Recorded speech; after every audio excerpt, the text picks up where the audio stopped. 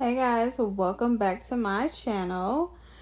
So, for this month's photography video, I am going to show you guys how I edit selfies.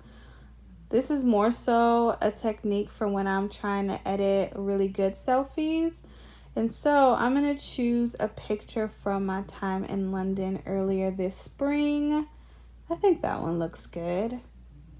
So, now that I've gone to my camera roll and chosen a picture, next, what I'm going to do is open up my Lightroom app. And you guys, Lightroom is amazing. It's actually what I use on my desktop as well to edit photos from my Canon 6D when I'm taking like professional photos. So once you open up the Lightroom app, you just have to scroll until you find the picture. And this one is kind of far back, you guys, so forgive me for all the pictures. But I'm going to be scrolling for a bit trying to find the selfie that I want to choose. So I'm just gonna scroll. Keep going back. I'm getting into my time in Europe. I'm getting closer. And the reason as well why I chose to go back to my London photos is because these photos were shot in really good lighting. And to be honest, they don't need a ton of editing done to them because I wore makeup that day. And I already looked really cute, and I know that the lighting was really good at that time. So I think I'm getting really close to finding a photo. There we are.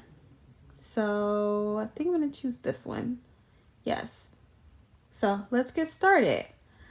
All right, so the first thing I'm gonna do is go into the healing tool. And what the healing tool, you guys, does, it allows you to heal different spots. I'm using it right now for acne. And to be honest, I don't want to edit my skin a ton. Because like I said, I have on makeup and I don't need a ton of editing done to my skin.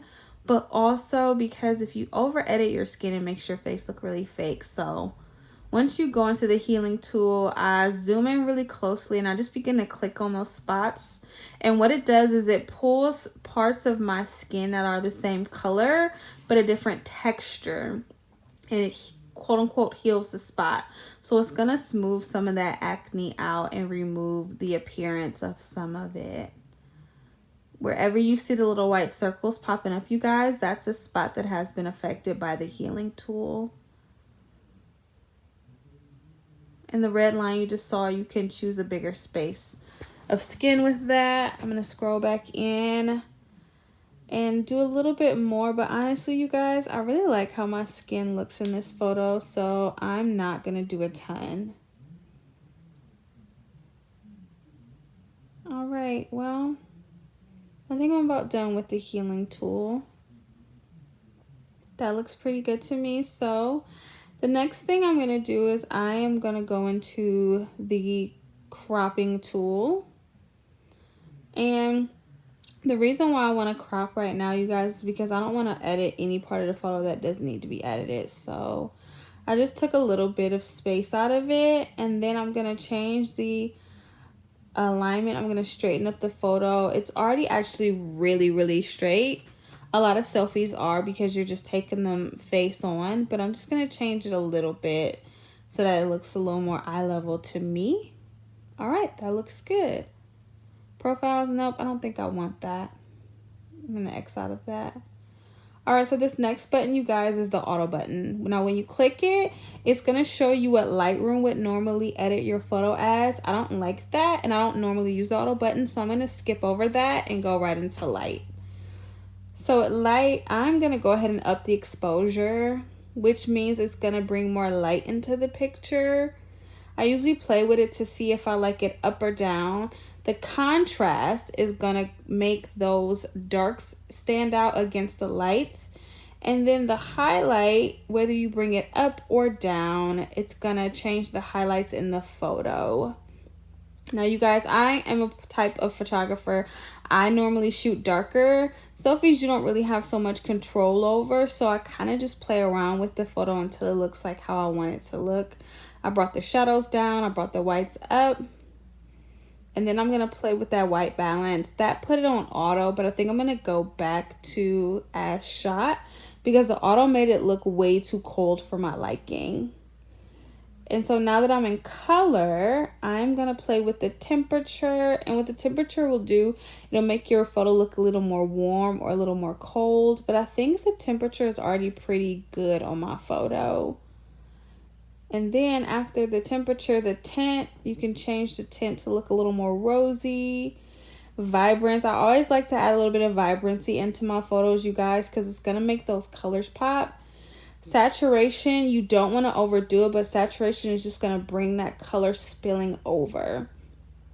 If you go into effects, you can change the texture of a photo, which I'll just show you guys what it does. It can make it look a little more glossier, or you can see all of the texture. You can change the clarity in the photo. And with clarity, you're going to be able to see more of those little tiny details.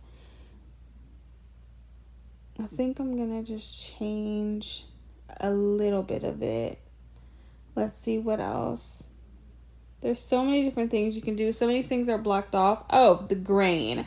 You can change the grain. I don't want this photo to be grainy, but grain is what you would want in like a vintage photo. So I'm not going to really mess with that. I am, however, going to go ahead and sharpen my photo so that way you can see those razor sharp details a lot better. And then I'm going to add to the radius, which means it's just going to sharpen a lot more of that photo. It's not going to have a small focal point. You could also reduce noise and all those other things, but I don't really need to do that. Geometry would be if like the photo seemed distorted, it would put it back on a level playing field. So actually, I think I'm going to go ahead and go back into light. I want this photo to be, like I said, a bit bright and airier, but I also want my hair to stand out because in the beginning it looked kind of ashy. So I want to figure out a way to get my hair to appear kind of darker without making the whole photo dark. As you see, if I up or down the exposure, it kind of changes the whole composition of the photo. And I really don't want the whole photo dark. So I'm just going to play around with the contrast. Make sure that the blacks are standing out against the whites. I'm going to go ahead and lower that highlight just to get anything that might be a little too bright on my eye. And now what I'm in, you guys, is called tone curve. As you see, when I move that line up and down, it changes the entire photo. You can change it to different shapes. Now, to be honest, you guys, I'm not a master at tone curve, so sometimes I just play with it to see what it does. I know that what I want, though, like I said, is for my hair to appear to be a bit darker. And so I noticed that if I move the line at the tippy tip top, it will change that for me. So I'm going to just change the tone curve a little bit. And if at any time you don't like anything, you can hit that little button at the top that says undo.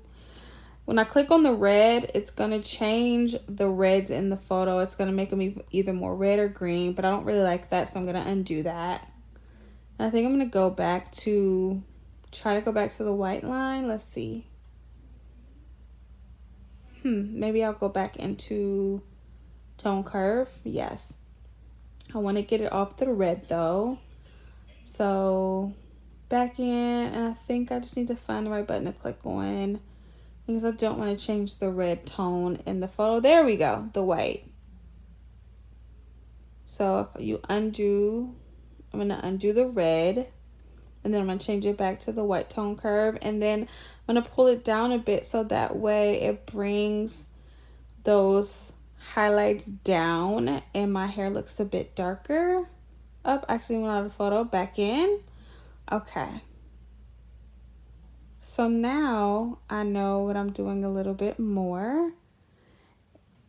And to be honest, guys, like I said, I don't play with tone curve a lot because I just kind of edit my exposure and my shadows and my light and everything just one by one. But I think with the tone curve, you can do it all at once. So I'm going to go ahead and lower the black to make the blacks stand out a lot more in the photo, to make them, the blacks blacker. I always make the blacks blacker and the whites whiter, just so those things stand out.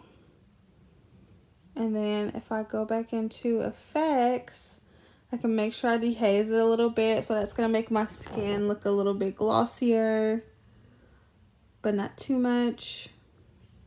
And like I said, you don't want to over edit that skin, you guys. because you want it to still look really natural. All right, I'm gonna go into my colors, and then if you click on the little rainbow thing, you can edit the colors one by one. Now, you guys, I always love to edit the reds in my photo, but I have to be really careful because the undertone of my skin is red, and so very quickly I can start to look like a little tomato. So, but what I really want is for my eyeshadow and the red in my dress to pop. And as you can see, when I just changed the saturation, the hue of the red, you can see the red in my eyes and my eyeshadow a lot better, and in my shirt. I also think that I want to change the blues in this photo. So let's see. I think I'm going to go back into color. And then you'll click on mix.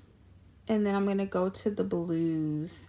And see how that blue in my shirt looks purple? I'm going to change that to where it looks actual blue, like electric blue. Just to give your eyes something else to drift to in the photo. And since it's like a little lone pop of blue, see now how it looks more electric than purple? Now you have like a third dominant color, because right now it's just like a lot of tan against the brick. You have my really black hair. You got a little bit of that red, but now you have this striking blue down there at the bottom too to give you something to look at. And guys, if you hold the photo down, you can see the before, and then that's what I edited it into. I actually really like it. The photo, like I said, didn't need a ton of work, but that's the first one. Everything's kind of ashy and one-dimensional, and then that just brought like a lot more color into the photo. And then lastly, you're just going to save it, and I always do maximum available. And yeah, that's pretty much it. I'll post it whenever I get ready. Thanks so much for watching, you guys. Have a great night. Bye-bye.